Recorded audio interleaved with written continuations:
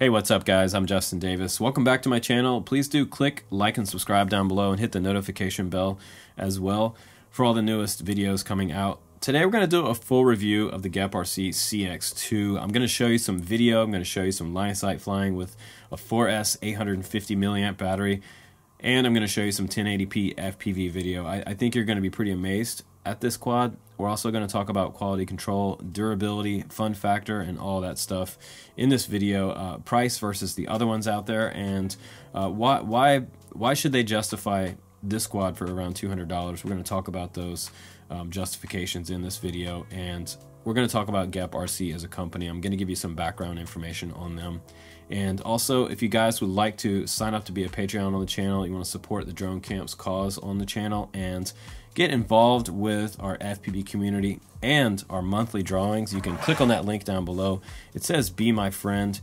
Once you do that, you'll get entered into win this. This is a Mobula 7 HD from the guys over at Happy Model, and I gotta say thanks for sending that over to me. But we're gonna give this away to one lucky Patreon, and I will announce that here on the channel coming up.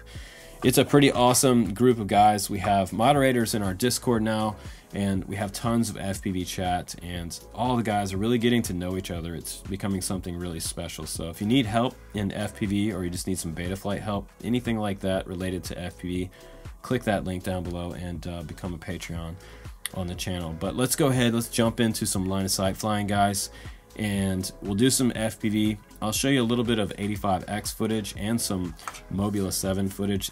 These are both Cygnet Whoops, so I wouldn't say they're a total competitor to this one, because this one is a micro brushless class, so don't get this confused. This is not a Cygnet Whoop, but I'm going to show you anyway because it's under the 250 gram mark, and even with a Tattoo 4S 850 battery, it's still around the 229 gram mark. So guys that want to fly under the radar and not have to register things, this is the one for that, and it has freaking amazing video. So without further ado, let's go ahead and jump right into the video, and then after that we'll come back in and we'll talk about the parts, the quality control, the durability, the fun factor, and all that stuff. Here we go. All right guys, welcome to the field. Let's go ahead and get this little guy up in the air. I think you're gonna like it. Hopefully the video is as smooth as the 3-inch version. I'll also include a link down to the 3-inch version of this quad, which I think it's pretty good video on the Split Mini 2 on board. But we'll go ahead and slap an SD card in there after we do our line of sight flight test with it. We're gonna listen to these props and the power system and see if we hear any vibes. So let's go ahead and get this little guy in the air. And we're running the Cyclone, I believe they're 2036 props. I'll double check that when we get back to the studio. Let's just listen to those motors for a second. You've got LEDs on the back, that's cool. Sounding pretty good, but you never know until you actually FPV something what the video is going to turn out looking like. Sometimes I've flown quads where they sounded this smooth on the line of sight flight test, and then when I went to actually put it in the air, there was a lot of jello in the video. So this particular quadcopter, it is a hard thing to do, to put a Split Mini on a frame and not get vibration, especially with 2-inch props. Let's go ahead and do a little punch out there. That seems to be pretty good. I believe there was 1106 motors on this bad boy with an H configuration frame, which is a good thing for filming without the props in the video. If you have a true X frame, you're gonna see the props in the video. And with this camera so low, with the way they have it in there like a lowrider, we don't want to see any props in our HD video. We want to see clear video, that's all we want to see. So it's flying pretty good. And you can freestyle this one. I wouldn't say it's a freestyle maniac, but the point of this one is getting some really awesome HD footage rather than just kind of using your old DVR footage. And this also helps you not have to put any type of GoPro or action camera on there like the Firefly or GoPro Session. It would be really a lot of extra weight.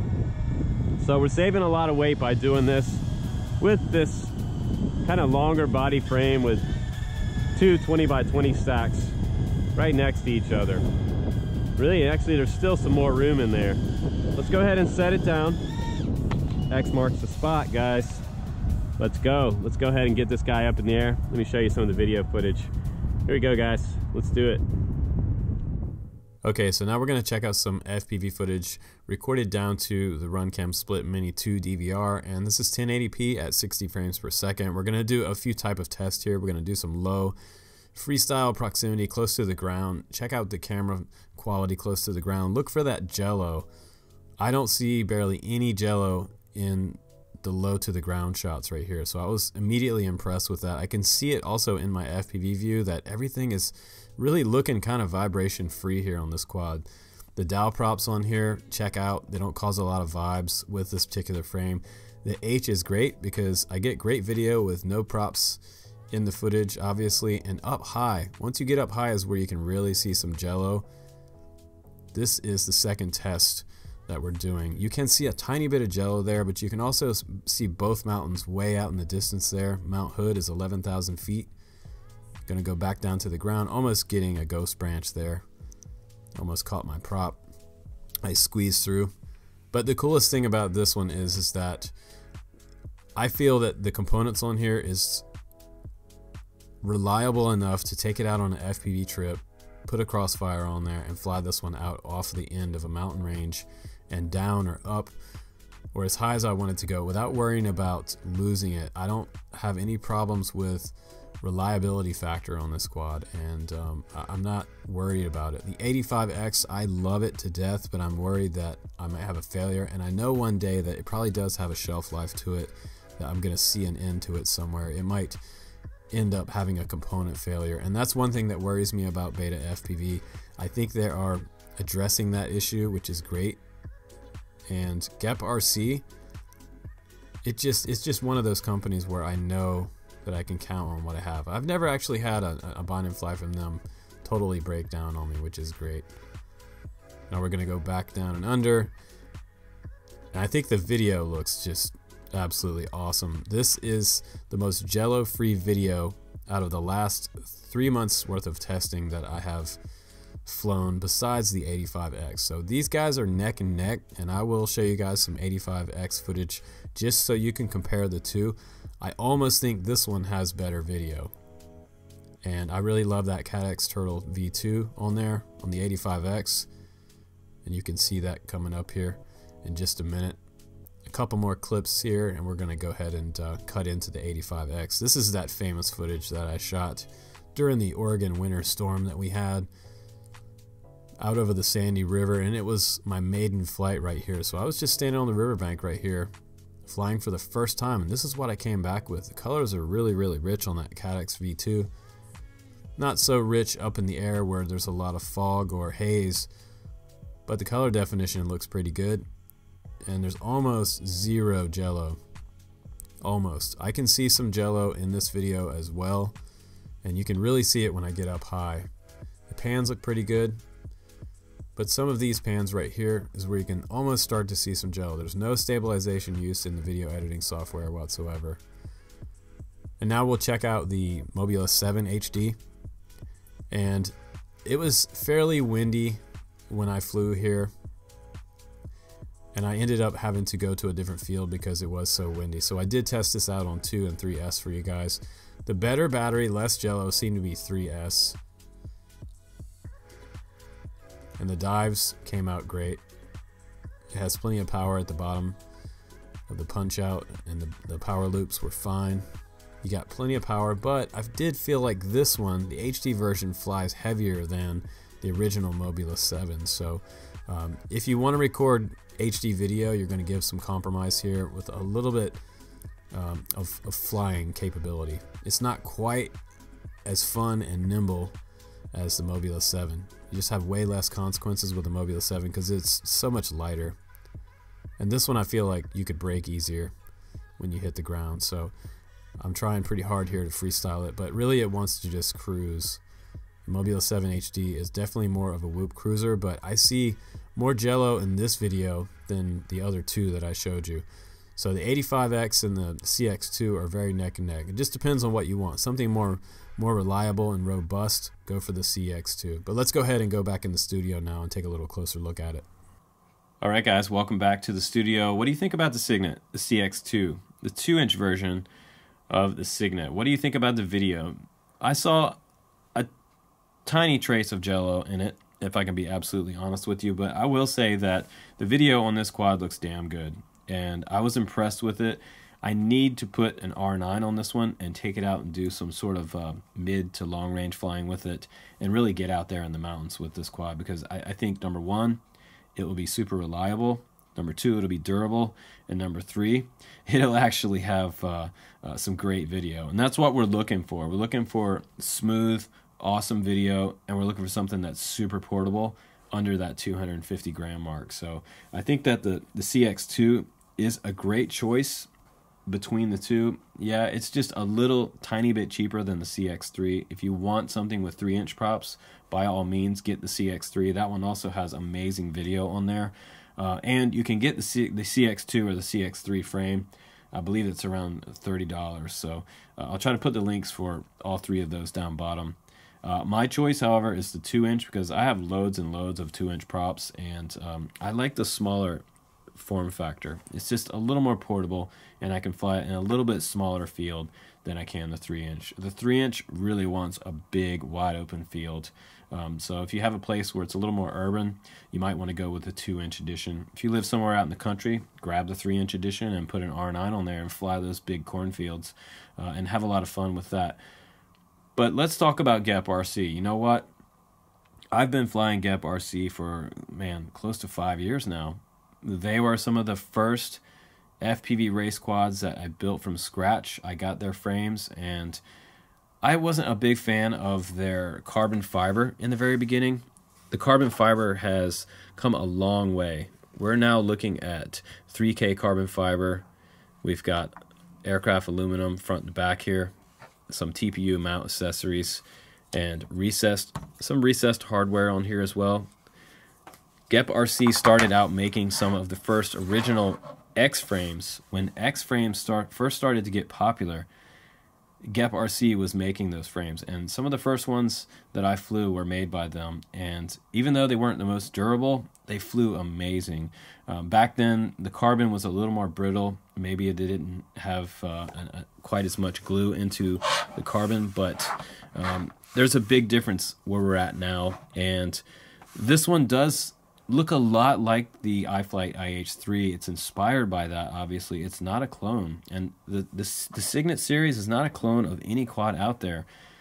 If you look at this frame, every single corner and angle of this frame, you can tell, was thought about. And it was designed. And not only was it thought about and well designed, it actually came with a great PID tune on here. We're going to share that coming up with you. We'll do the full Betaflight setup on it so you guys can benefit from that. That's what you're looking for. You can skip to the end of the video for that. But I'm really impressed with the QC at GEPRC. I think whenever you see this box right here, if you get this box in the mail, you open it up, and it's almost like an Apple computer type of experience. Everything in there is really nice. This was all vacuum sealed in a plastic wrap. I pulled it out of the plastic wrap, and everything was ready to go. They had even the receiver there on its own little clear plastic tray just above the Runcam Split Mini 2 there. That little green receiver right there is the XM Plus. You can see that top plate right there.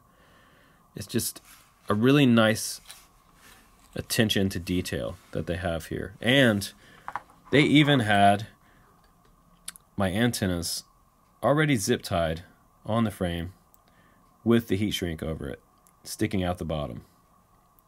And that's just, you don't see that a lot these days, and that's just awesome that they did that. We have a pretty narrow center of this frame. It is an H configuration. You have a top mount 3M little piece of rubber on the bottom for your battery up here. You also get two different straps that come along with it. I just took them off so you guys could see it a little bit better, but if you want to run one strap, you can do that. You have plenty of space in here to run it through. You might be able to get one through here and here if you wanted to run your battery on the bottom, but I found that the best video I got was with the top mount configuration. One other thing that you need to know about this quad is that the back end of it is great. The TPU mount in the back is genius. They have a lot going on back here. They have 4 different things going on the rear of this quad. Actually 5. They have built-in LEDs back here that are programmable inside Betaflight. They've got their full-size buzzer on the side over here. On the right-hand side, they have the capacitor sitting right here. And they have the pagoda, right-hand circular polarized pagoda, back here with the SMA male connector. And it's on an angle. So I've talked about this before in reviews. You always want your antenna mount to be on an angle. You don't want it to be straight up off the top of the quad and hard mounted. It will break off in probably your first or second crash. But the cool thing about them mounting it to the TPU mount back here, you don't have to 3D print this for yourself. It comes with it, and it has some give. So when you crash and this gets whacked, maybe your battery flies off and this takes a really hard hit, it's not going to destroy your antenna setup back here. And the next thing that they have going is they have shortened this battery lead. This is an XT30 battery lead, and it's not going to have any problems with going into the props, which I think is really cool. So it's just barely sticking out the top right there. They didn't fully immerse it down into the frame. It's sticking out just a little bit. It just makes it a little bit easier to grab it and disconnect it, in my opinion. You can see all of this carbon fiber is super smooth. There's tons of holes from front to back here. If you need to run any type of zip ties through some of those holes, you have that option. They also give you an extra piece of 3M rubber battery mount, which is great. You've got the GEPRC logo up front, and we have recessed hardware all across the top. So there's no screws sticking out the top of this frame, which I think is great. So you don't have any wear on your battery at any point on the top of this frame, which is really interesting because a lot of quads out there don't have that. If you decide to do a bottom mount, there are some pieces sticking out the bottom here. You do have recessed in the front and back, but these pieces here do stick out. You've got brass here, brass standoffs for your RunCam Mini Split 2. You have your SD card port right here, and this will shoot 60 frames per second. This is your 20 amp ESC stack down here, and you have your wires coming out. They're neatly tucked underneath the frame, and they don't stick out at all. The soldering looks good. Everything is shiny there on both sides. It's all looking nice and shiny, and that's one of the things that I look for in a GEPRC quad. The construction is always really good. On this back stack, these are all plastic standoffs, so you don't want to over tighten these, obviously, but you want to go over every single frame that you get from China. Make sure you take a driver and go over, most importantly, motor mount bolts on the bottom of the quad. This is very important. Just put a wrench on it and driver on it and just give it a half turn there and just make sure all of these are tight. On your first flight, it's very important also, make sure you have Loctite on these. If they don't come with Loctite, make sure you have it. I believe this one actually did have some Loctite on here. On the very top of the prop right here, we have 2 bolts that go through down into your 1106 motor right here. This one's also 6,000 kV. It's a closed bottom with 4 bolts on the bottom. Like I said, make sure you Loctite those.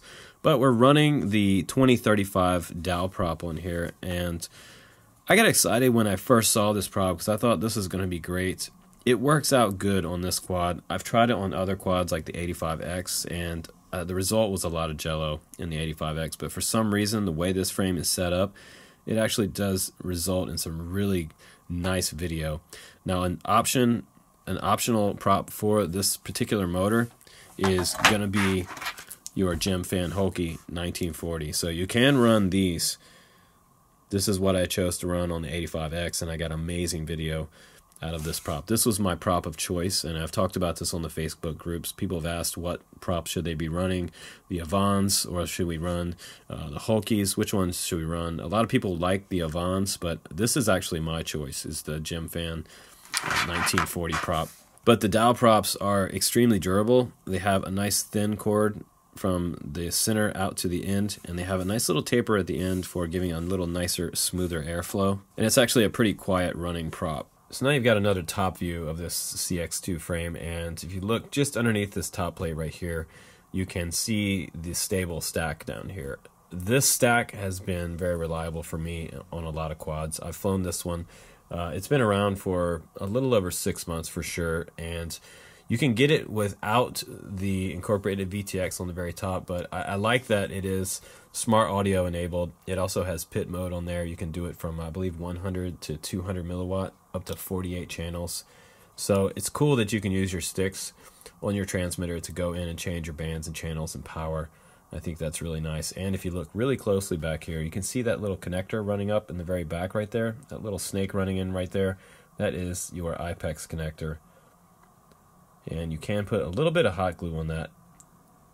It's not likely to pop off. You also have a button back there right next to it, which will change manually your bands, channel, and power.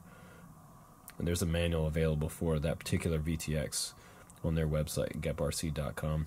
So you can see right on the top of their VTX.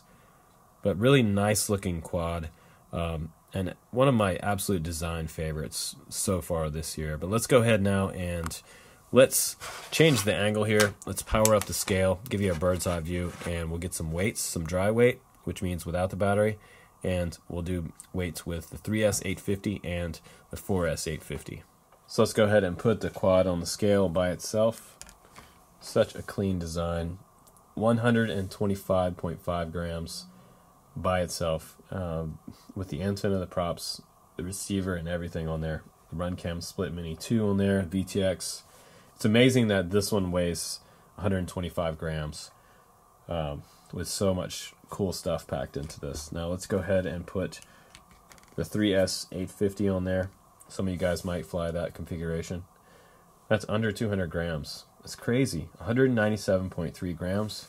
And my favorite 4S battery, which really makes this thing a hot rod. So 4S850, you're looking at 227.7 grams total takeoff weight, so well under the 250 gram mark. So there it is, guys. It has a lot of good qualities about it, and I'm just going to wrap this review up and give you some scores on the durability. Durability factor is 5 out of 5. The fun factor for me is 5 out of 5 because not only does it fly good and smooth, it also has almost Jello-free video. I'd say 95% Jello-free video, which is amazing when it comes to these little tiny micro brushless under 250 grams with huge power systems trying to do 60 frames per second. You're going to catch those Jello frames if they're in there with that fast of a frame rate. So I think they have a pretty good product here. Durability is great. Fun factor is great. The QC is 5 out of 5. And the overall rating is going to be 5 out of 5. I'm having a hard time finding what I think is bad about this frame. It is an H configuration, and I've talked about this before on the channel. H configuration is great for getting the camera out front and away from your props. X configuration sometimes can show the prop in view. And if you're going to run a cinema style micro brushless, you want to make sure your props are out of view, and you have no problem with that. You have plenty of camera angle in here. You got total protection for your Runcam Split 2. That is a pretty expensive component on the quad, so you want that well protected. And if you're going to run a micro SD card, by the way, run a class 10 or better. If you don't run a class 10, you're going to get stuttering in the video and in your FPV feed. So that will make you crash. It'll actually freeze up, and you'll only see one frame on the screen. So guys, be super careful with that. It's just a little tip for you before we hop into beta flight. So absolutely, hands down, GEPRC, one of the coolest and kind of neatest looking quads out there anywhere. It's the Cygnet series. I can't wait to see what they do next with this. I hope to see a version 2, 3, 4, 5 all coming out this year. I just really like this format, and I think it's great all the way around. So I'm pretty happy with it. Let's go ahead and jump into beta flight, guys, and I'll show you my setup, and I'll show you my PIDs, and you can go through this entire setup and put it on your quad to get something that flies great. Here we go. Okay guys, here we are in beta flight. Let me go ahead and plug in the USB port, and make sure you're using a data cable. I always have to say that a USB data cable is absolutely important to being able to connect to your quad. you're just going to plug that in to the flight controller here, and you should see USB pop up. If you don't see it pop up, you want to install your drivers, and again, make sure you're using a data cable. So I'm going to go ahead and plug in the USB. You'll hear the quad beep just like that.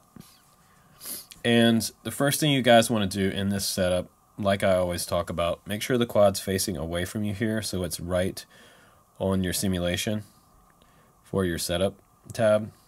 Back, left, right, forward, all that should work. And since you have a bind and fly here, most of the time the flight controller is situated correctly, and that's what this screen is mostly for.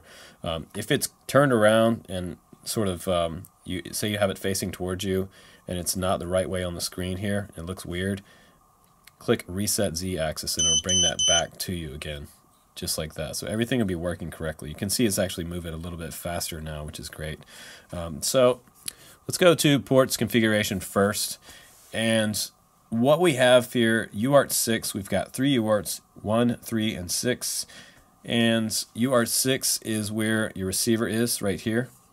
And no peripherals on that one, disabled. UART 3 is where your IRC tramp is selected for your smart audio. If that's not selected, make sure that is. Otherwise, you won't be able to go into your VTX and change things from your radio inside your goggles, which is kind of a great option. So next tab down will be configuration. They have the props in configuration, so the props are rotating in like this, just like that. This is not a props out configuration. Some of the whoops do have that. So you have right turn rear, which is great. You can start out putting your prop on. Your first prop sometimes I put on is usually right turn rear, and then I go here and I do my left props on those sides. ESC motors features, D-Shot 600 selected. Turn off motor stop. We don't ever have motor stop turned on. That will allow your quad to spool up when you arm the quad. That way you know that your arm switch is activated. Some people have flown up into their face on accident by hitting that throttle switch accidentally. So very dangerous to have motor stop turned on. So turn it off. Motor idle, throttle value is 4.5 there. That's fine. I didn't have any flips of death, no problem there.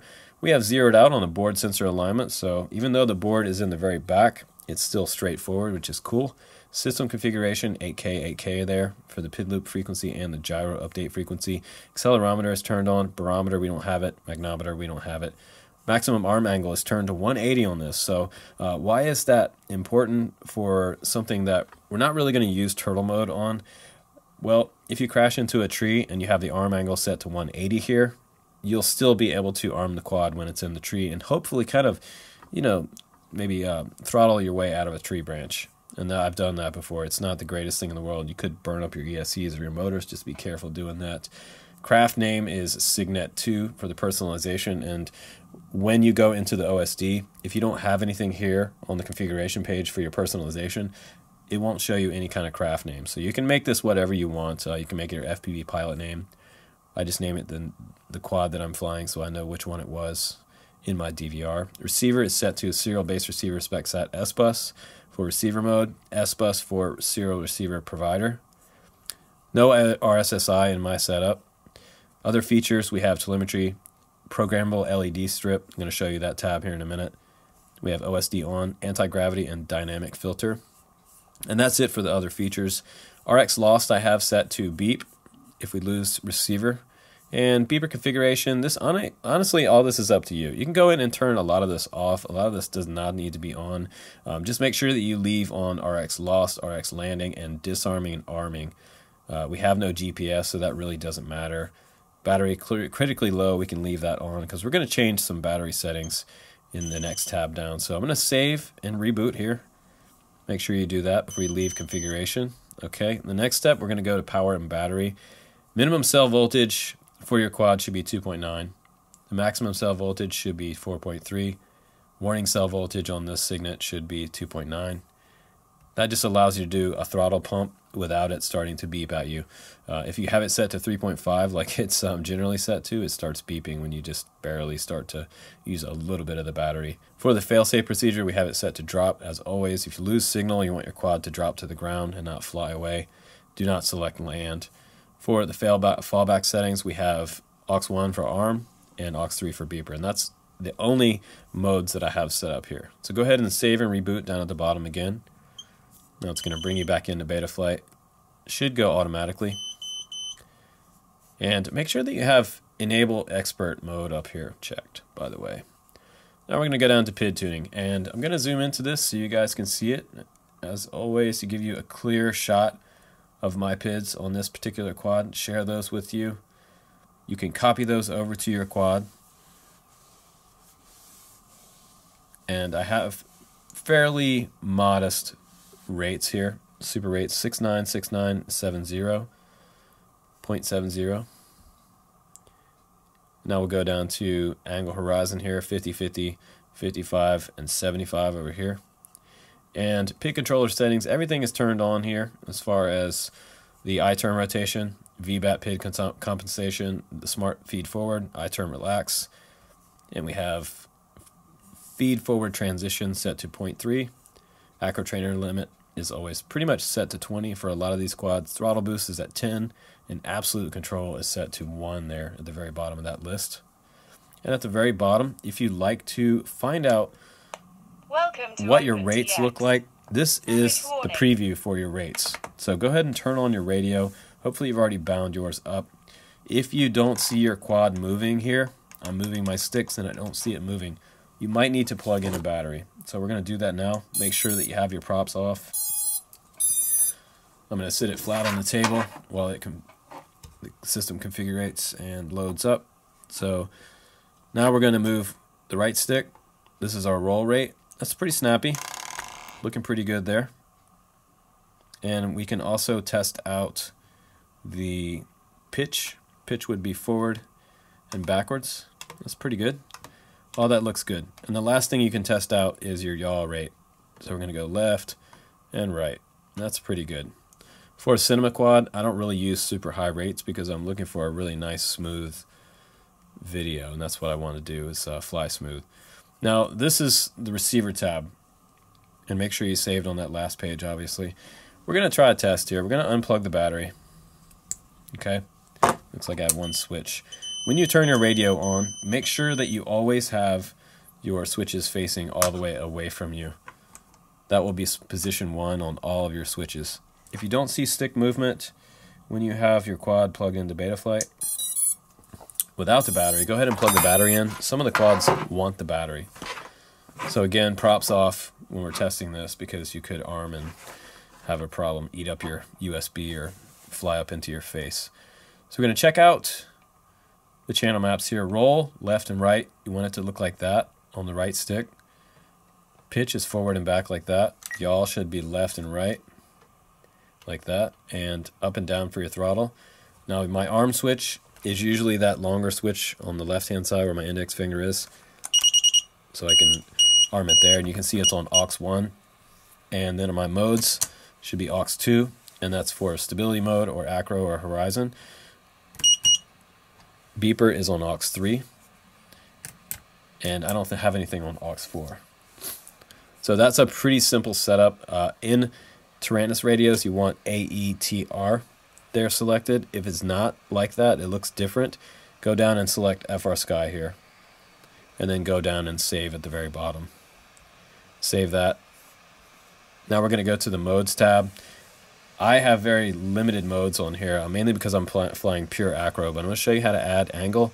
First thing you want to do is make sure that this little dot right here moves in about the center of whatever mode you're going to there. So I'm just going to scooch that over a little bit and save it.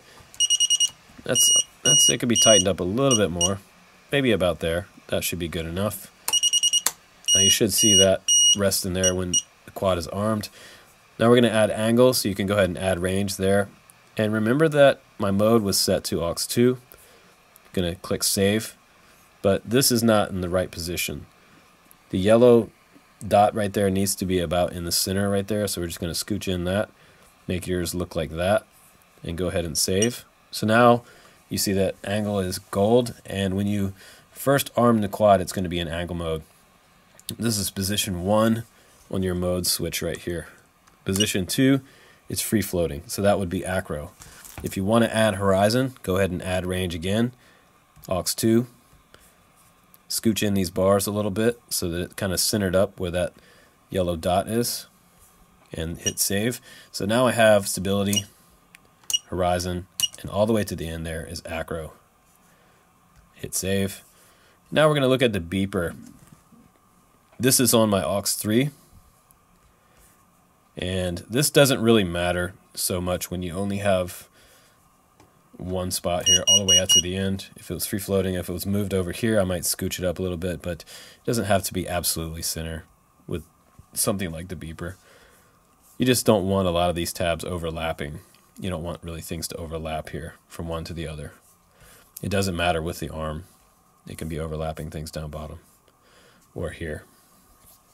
So now we're going to go to OSD. And this is where I think the most fun is in Betaflight. You can get really wild and custom here, and I'll zoom in and just show you. You have all your elements on this side right here. You can turn things on and off. And generally, what I have is my total battery voltage right here.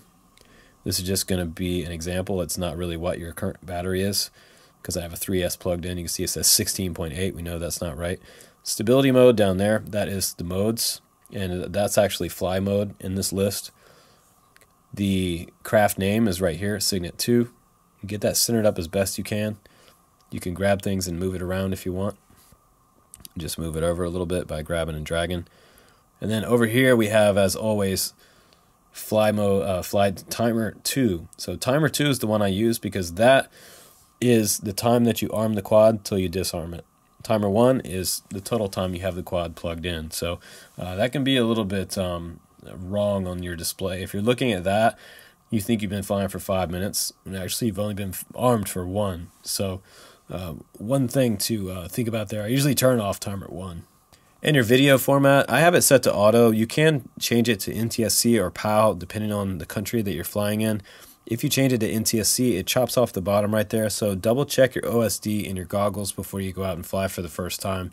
Once you get everything set here how you like, go ahead and press save, and it should automatically save it down to your flight controller, and your OSD should show up. So now you guys are looking at the LED strip screen, and this is where you can have a lot of fun with the built-in LEDs. It is connected to the flight controller, and it's awesome because you can go in here and change colors. You can turn on and off LEDs. You can do all kinds of really cool stuff here. You can make it have a warning and flash red if you want to. You can use indicators. You can get really wild with this. So play with this at your heart's content. That's a whole nother video, LED programming. We're just going to leave it the way it is because it's actually really, really cool the way it is set up. I would definitely save the CLI dump on your computer or somewhere on an external hard drive. So let's just go ahead and do version. You'll see it's F4 Omnibus SD firmware from November 15th, 2018. I did not update it to a 2019 version just because it flies great the way it is. The next thing you can do is type in DUMP, and that will give you pretty much every setting on the quad. Now, if you want to save this over to a file, go ahead and click Save to File down at the bottom here, and you will save a backup of all the configuration and settings on this quad. So I always suggest doing that. If you need to go back and add it later, say if you accidentally mess something up and you have to reflash the firmware to it, or you're going to update the firmware, you can do that. Just be aware that sometimes they do change the command lines in here, and sometimes you might get errors, but everything else should go and copy down. So I'm going to go ahead and save that to my desktop. Now I have a backup of my CX2, which is great. But that's about it for Betaflight, guys. Once you have a backup, you should be all set to go. And hopefully this video, as always, helped you guys out, get you going with your CX2, and gave you some good PIDs to work with. So mine flies great in the way it is, and it's absolutely awesome. I love it. This one's going to end up staying in my collection. So yeah, I'm not giving this one up, guys. It's a lot of fun to fly. But I'm Justin Davis, guys. Thanks again for watching my videos. Please do subscribe and like the video if you liked all the content that I provided in this one. I'll see you on the next one. Take care, guys. Bye-bye.